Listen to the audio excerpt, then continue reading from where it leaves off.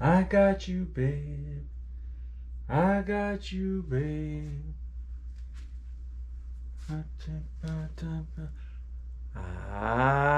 It's not Groundhog Day, but I had to go and use the same general imagery for the live snow shot of the day. Oh, by the way, welcome to Friday Snow Church, everybody, for March the 3rd. We're creeping our way through the tail end of the snow season. But, like I say, there are snows in the forecast, some changes, so we'll get to them in just a minute. I'm your faithful host, Rev Snowflake. I almost said Rev Run.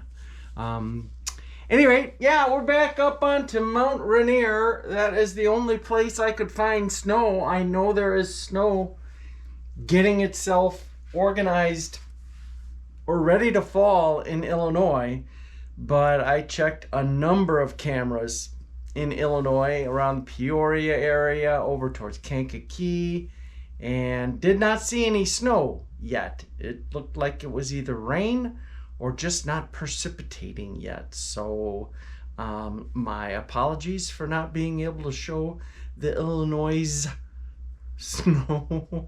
I used to hate when people called it Illinois.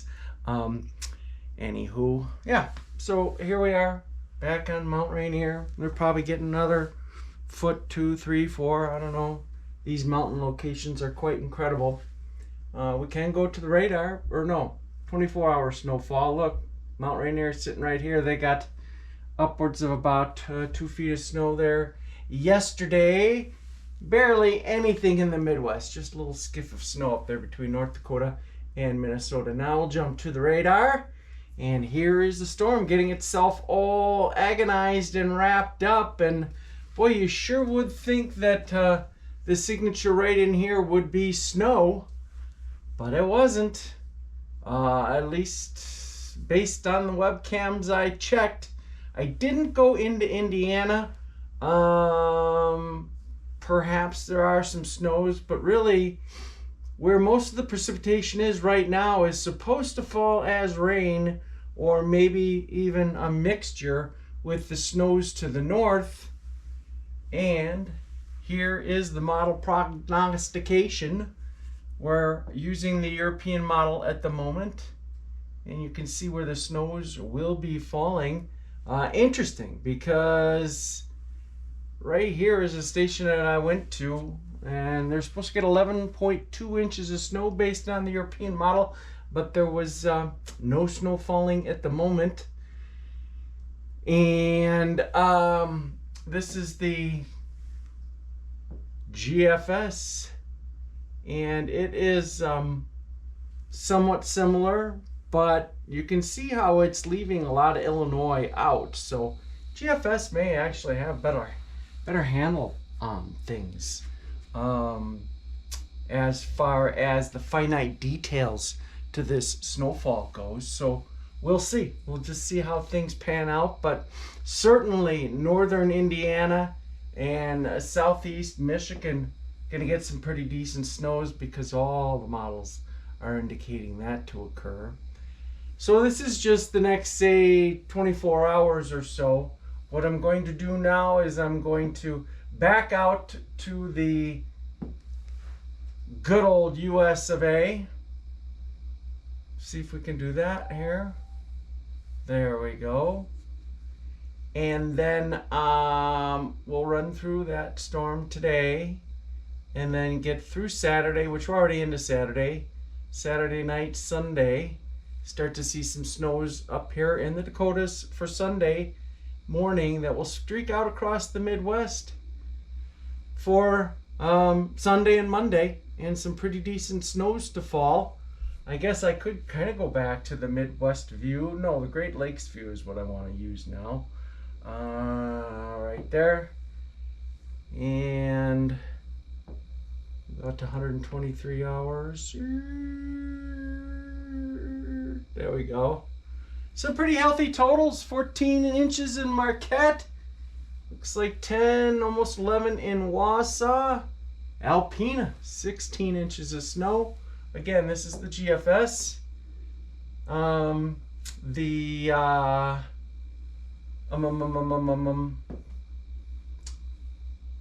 European model, gonna do the same thing. Gonna go to the Great Lakes view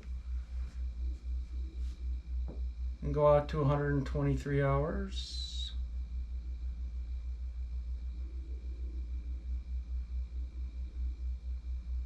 That's close enough. Some differences actually. You can see that the European is not as aggressive with the snowfall as the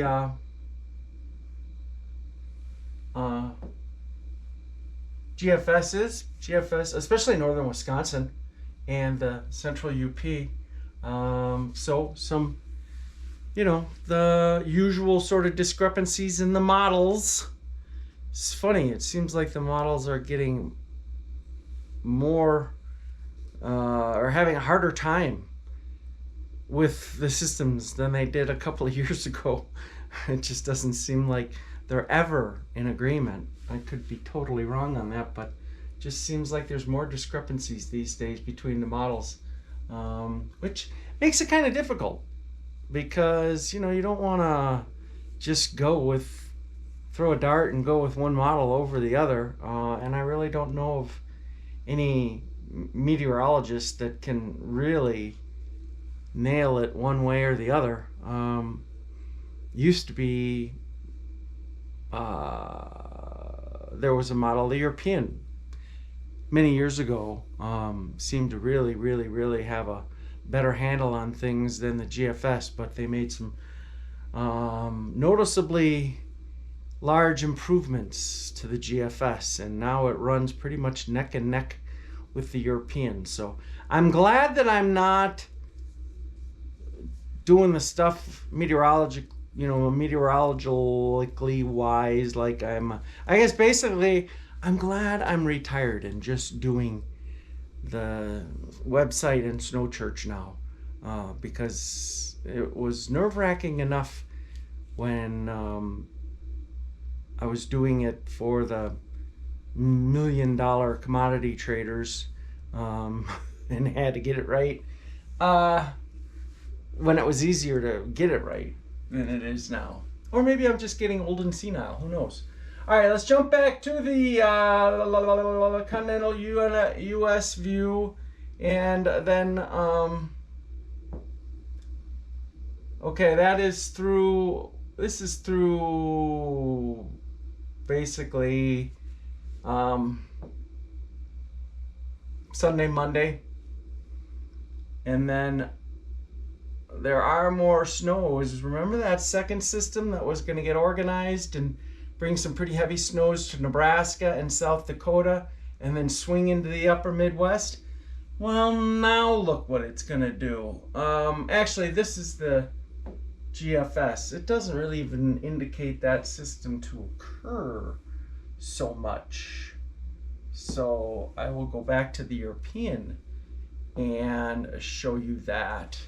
See if I can make this a little bit bigger. Not too big. What about like that? All right. So there's today's storm. Here comes Sunday, Mondays. All right. Now watch what happens. Instead of up here, watch it happens. Takes the low road. What?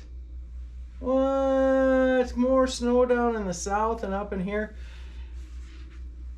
I've seen this happen before, where the model makes a big change like that and it follows a storm either just about to happen or a storm that just happened.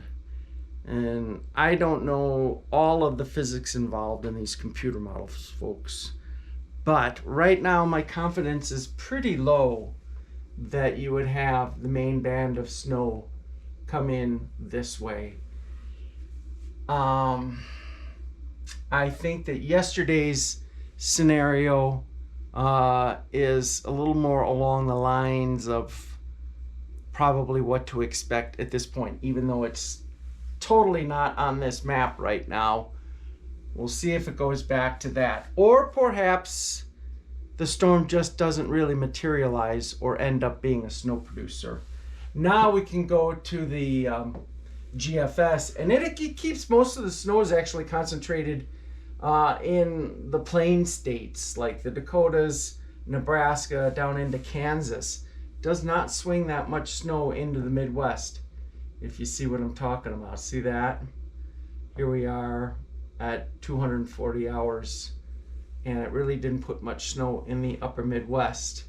And then we're gonna go to La La Land, folks, and I gotta be honest with you. I didn't even go to La La Land before doing this video, so we're gonna find out what La La Land is at the same time.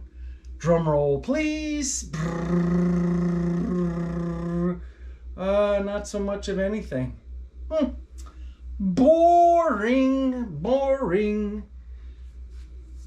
So that is it for today. Guess you got those snows coming in mainly south of Chicago.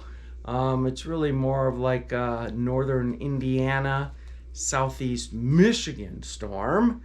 And then up across the Northwoods for Sunday and Monday. Total's a little bit uncertain, especially for Wisconsin and the UP. And then maybe some more snows for the south and the east by the time we get towards the end of next week, but we shall see.